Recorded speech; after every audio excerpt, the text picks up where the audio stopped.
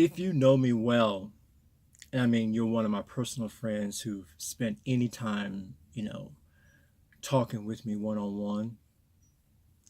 You know, there's a subject that I haven't talked about that I probably talk about one on one all the time.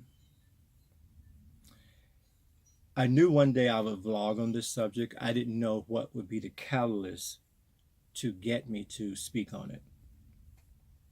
So I'm going to tell you a short little story about something, and then we're going to get into the subject. Some of you know that I work as a property manager. And in doing so, I'm meeting all kinds of people all the time looking for places to stay. And as you know, there are people from certain categories that will always have difficulty finding homes, finding, places that they can call home. Uh, they are income challenged in some cases. They are elderly in other cases. But then there are those people who just don't fit into your norm, traditional family, and they have their difficulties too. So, one of the things that I try and do is I look for reasons to rent to a person, not to rent to them, so to speak, because that's what normally happens. When you walk into a room, there's an invisible checklist in that person's head normally that will immediately discard you. No matter what you put on the application, no matter how much money you make, and they can say they don't do it, but they do. They will look for reasons not to rent to you. I look for reasons to rent to you. And because I am so different, that creates its own set of issues. And I recently went through something where a person accused me of basically, uh, it's not as bad as the Me Too movement, but it could have been had I not been extremely careful about documenting every single thing that I did and said. And I think when I look back over my shoulder, the only thing that happened was when people meet me for the first time, as you might imagine, there's an exchange of energy. And I don't know what it is. I don't know how to explain it. I just know it happens. And if a person isn't ready for that, or if they've not had that all their lives, or somehow they are just not accustomed to feeling that, then they don't know what to do with what they feel toward me. It's an extremely familiar feeling, like I'm a distant relative or a brother or cousin or something. And of course, that's not possible when I'm black and age 60 to other people's 20 somethings. I don't have any way about that I've crossed paths with you before. So there's no reason you should know me, but you will feel like you do. That's this gift that I understand that I possess. And so I'm always careful to try and explain to people in delicate ways throughout the meeting what they are feeling. And I am friendly, obviously, and I'm helpful, and I do everything I can to get that person in that apartment. And it's kind of like I think what happens when doctors save patients who are diagnosed and then they finally find the one doctor that can help them. And they develop this attachment to them. Um, so I'm always prepared for the fallout because there's always a fallout. There's a moment when I will get the conversation. The conversation always starts with, I think you're a cool guy, but you should know I'm not that way. Or they'll say, um, do you like me? And the like me is obviously, do you like me? And I'm like, I can't cross the line when I'm, obviously in that professional capacity. So I try and answer it, as judiciously as I can without divulging my personal information or asking them theirs. But I've had to give back deposits. I've had to let people stay in their bubble and not be affected in their understanding of their world and how I, being in their world, might affect them to need to change, want to change. So I have to let it go. But I don't always let it go completely. It does make me cautious the next time I have to deal with a new client. It makes me a little apprehensive as to if this is work I want to continue. It does make you think twice about the gift that you obviously possess, but is it a blessing or a curse? I have always waited for the next shoe to drop. Unfortunately, you live your life knowing others' reactions eventually will probably be negative. I would like to tell you that you probably already know the answer to that question, which is no. I can't stop giving. I can't stop being. I can't stop loving. I am who I am. And especially at 60, how can I possibly alter my DNA? And so I have to keep some people at arm's length. I have to not let them get closer to me on purpose, because I know they're not ready to be near than in a professional capacity to me. They couldn't handle being in my presence, especially in my home. Which brings me to the subject of this particular vlog and podcast. Love is love. That hashtag has over 9 million hits on Instagram. I'm sure if you look around all the other mediums, you realize there's a lot of posts that talk about love at its rudimentary state, the essence of what love really is, which is all energy. It is not a gender specific love. It is not a love that only exists between mother and son or brother and brother. The energy of love is as intense between humans as it is between humans and animals. It is the thing that as you age, you find out the deficit in your life is love.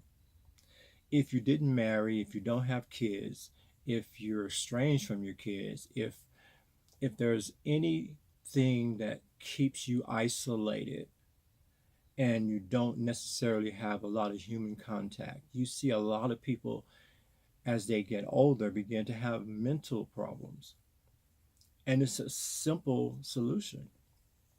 You've seen people introduce animals into nursing homes, and when they have something to care for, their health improves. Love may one day be able to be measured in the same way we might measure heartbeats or blood pressure, and recognize the deficit of it in someone's life in the same way when we see the overabundance of it, what it produces. Nothing's more powerful than someone who is in love for the first time. If you're ever around that person, you can feel it. It's palpable that they have found the person they've been looking for all their lives. So here I am, about to address maybe the most intimate thing I could ever talk about concerning myself. Most people don't recognize me as being gay or straight. I don't call myself anything. I never have. And that's been confusing for a lot of people.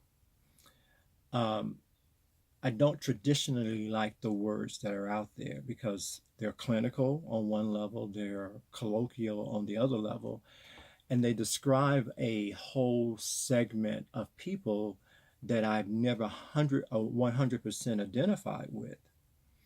So I just kept my mouth shut. I let people define me, and whatever they landed on, I let them have.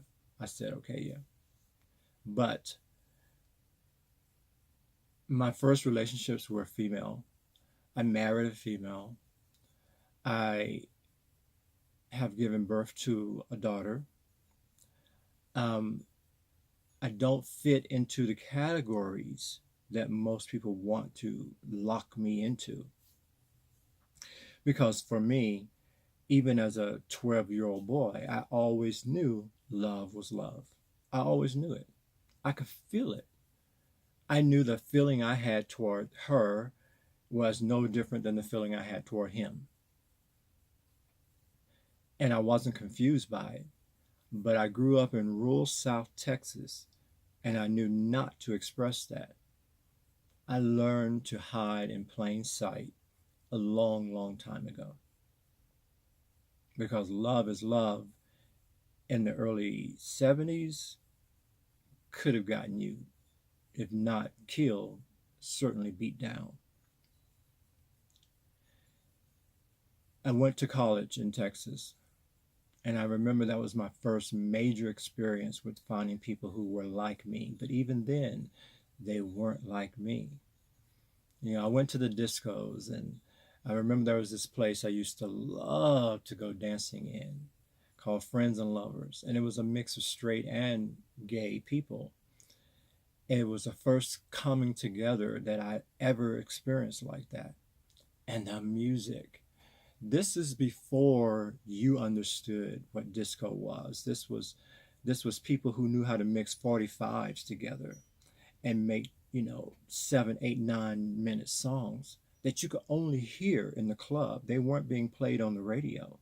So if you wanted to dance to I Don't Want to Lose Your Love by the Emotions that went on for 12 minutes, you had to be in this particular club on that particular night. It was a moment that happened only there, and then it was gone. So you became enamored with being in that room because it was magical what was going to happen next with that music. And then through that music, you would meet people. But even then, because everybody comes into relationships with their own baggage, everyone was playing a role that they thought they fit in. So they were doing things that were really uncomfortable to themselves at times, but you know, they were locked into that role play. I never did. So I would leave that environment. I would travel with a Christian ensemble. I would get married. I would totally divorce myself of the world that I had felt most at home in search for something else. And needless to say, I didn't find it, obviously, by swinging the pendulum all the other way either. So when I got divorced and I ran away into New York City and got lost in that city, I experienced the dark side of the other choice. And I found myself still needing love, even though I had a physical manifestation of something that I thought I wanted. I didn't like the darkness of it. I never was at home in that.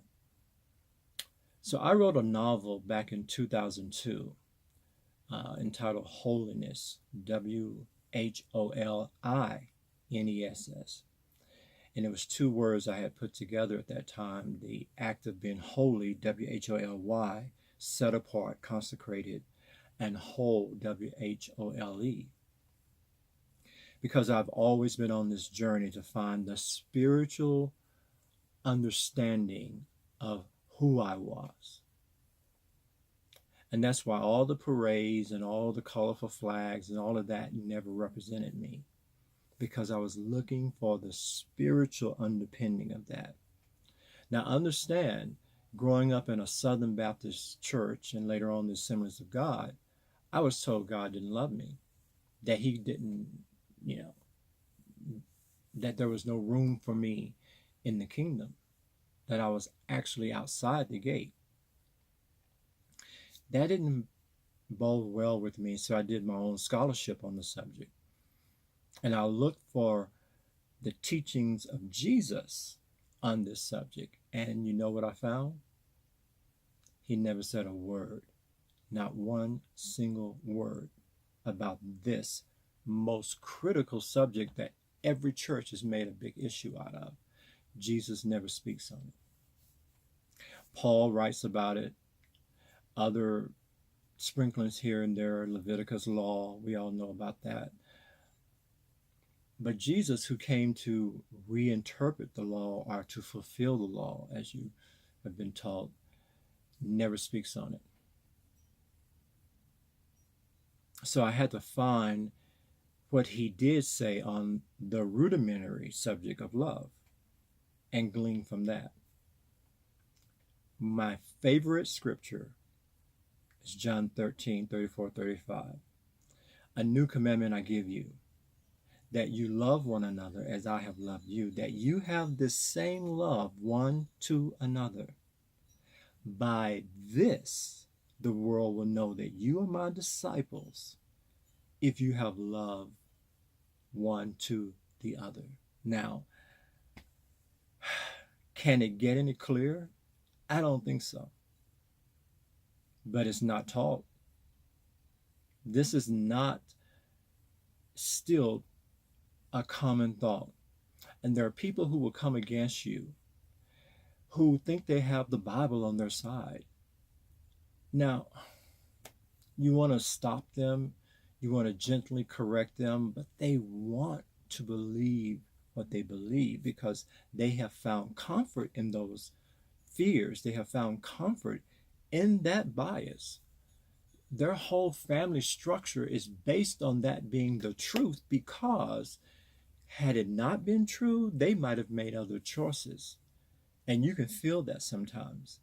So they're not just angry at you, they're angry at themselves for not having the courage.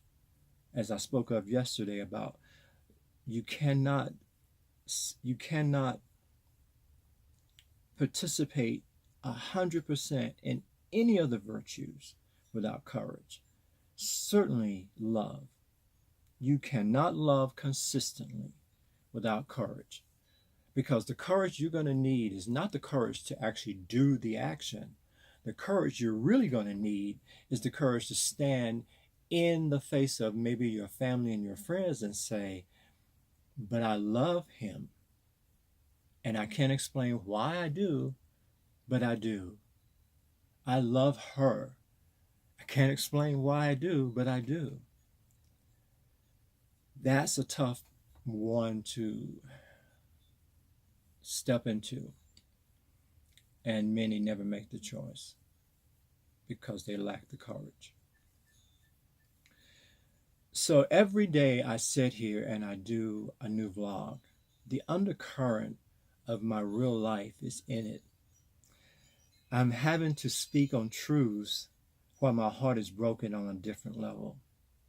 I'm having to share enthusiasm and joy and an understanding that is really true and palpable, but I'm also doing it from a place of sadness or regret because every day I'm challenged to be myself completely.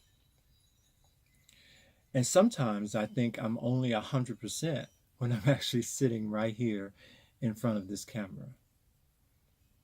That's kind of a sad place to live if you think about it. And I think if anything, that's what social media actually represents. It represents the idea of that person, saying to you, this is who I wish I was. This is who I project to the world that I am. But if you saw the other 90% of my life, it's not this. Can we flip that? Can we determine to make sure the other 90% of our lives looks like this 10% we show everybody else. It's up to us to live that way. It takes courage, but it also takes a determination that you're going to live your life your way no matter what. I'm with you. I will encourage you. Share your stories with me. I want to hear them. I want to get in the trenches with you and help you maneuver through this thing called life, because we only get one of them for sure. I know there are people who think we'll come back as something else, or we'll come back as a better form of ourselves, and I pray all of that's true too. But for now, this is it. However you're holding back, whatever reasons you have for holding back, are they really serving you your best life? Can you honestly lay your head down at night and say, I did good today? I know some will say I did the best I could, and that's become their good. The barometer of good is, I did the best I could. Did you really? Or did you leave something on the table? Did you hold something back that someone else needed to know or hear? Did you really do your best? Or were you stuck in your own story of how life has mistreated you, so you're not going to be kind to anyone else? How life has not been gracious or generous to you, so you're going to hold things back from others? You perpetuate the story if that's what you do. You have to say, you know what? I never found what I was looking for, so let me become the thing that I'm missing most in my own heart. When you make that decision, you will find the courage in yourself to continue to love, to continue to be kind, to continue to be generous, to continue to be at peace when everything around you is trying to snuff your light out. You will not let your light go out. That's what I do on a daily basis. Those who know me one-on-one know that I am telling you now publicly how I've always lived privately. I am fighting an uphill battle that when they lay me down or cremate me or whatever happens at the end of my life, they can write one sentence on my epitaph. He lived! Exclamation point. That's it.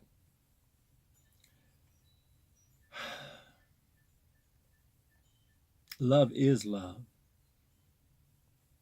in its purest form. It is the healing balm that this world needs. Will you be a part of the solution, or forever be a cog in the wheel toward the evolution of love? There really are only two choices. I love you. Thank you for listening. I know this was a long one, but I hope it spoke deeply to your hearts. Peace.